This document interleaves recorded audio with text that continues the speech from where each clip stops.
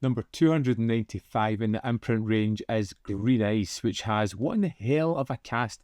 You've got Ryan O'Neill, Anne Archer, Omar Sharif, John Larroquette. A great amount of talent going into this one. And it's one of those movies that I had never heard of. I knew nothing about. I just went into it to see what it was going to deliver. And it has a shockingly dark opening in this one. We open up to a small town where people are trying to get across the border of Colombia. There's some guards there who stop these people, who search them, find some gems on them, and brutally murder and assault the people that are there. It's dark. It's letting you into a movie that looks as if it's going to be really hard-hitting. I think from there we jump into a theme song that's all kind of jaunty and fun.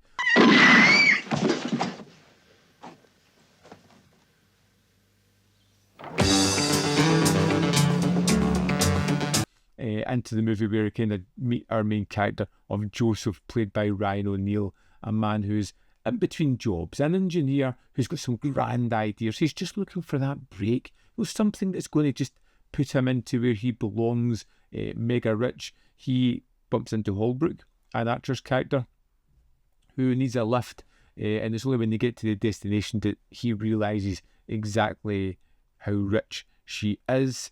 And when he's kind of staying with her for a few days, we meet Argenti, played by Omar Sharif. He is a emerald magnate who is looking for a way to get back into the diamond syndicate. Some nonsensical kind of thing like this, where he's been shunned from the jewellery world and he's looking to make a break back in with these illegal emeralds. All he has to do is find a way to get them out of the country. You really believe the diamond concession will forgive you when you are married to her? And that gives an opportunity to our main character, Joseph, because you know what? He would like to be rich as well. So we get into a movie where it's going to be a heist, people double-crossing each other, a little bit of high stakes, and a little bit of love affair as well. It's an adventure movie with some really fascinating camera work, production values, some terrific shots. There's these large, expansive landscape shots of Colombia, of people doing stunts down buildings, of hot air balloons flying across the sky, just with people attached. It has some wonderful set pieces, and when it leans into the kind of adventure heist motifs, they're really kind of fun, and they move along superbly, well paced and exciting, and I kind of enjoyed it. Okay, enough. How much we got? 50 million. More like 100. Hey, I like you. You come through first. What about you guys? A few mobile homes, huh? Let's go. Mobile homes, nothing. That's Peace Corps.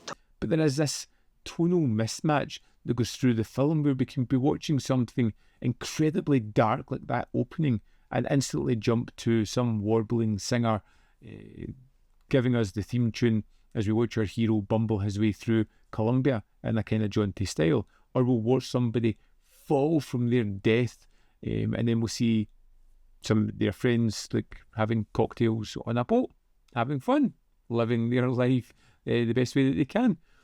It has a strange tonality to it, and it doesn't really derail the movie. It just sometimes knocks you off that comfortable area of just watching a film.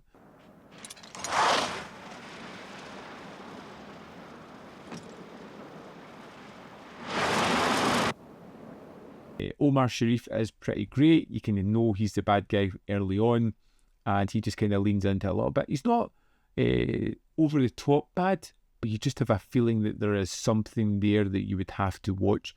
I really liked Ryan O'Neill and Anne Archer together. I thought they were pretty terrific.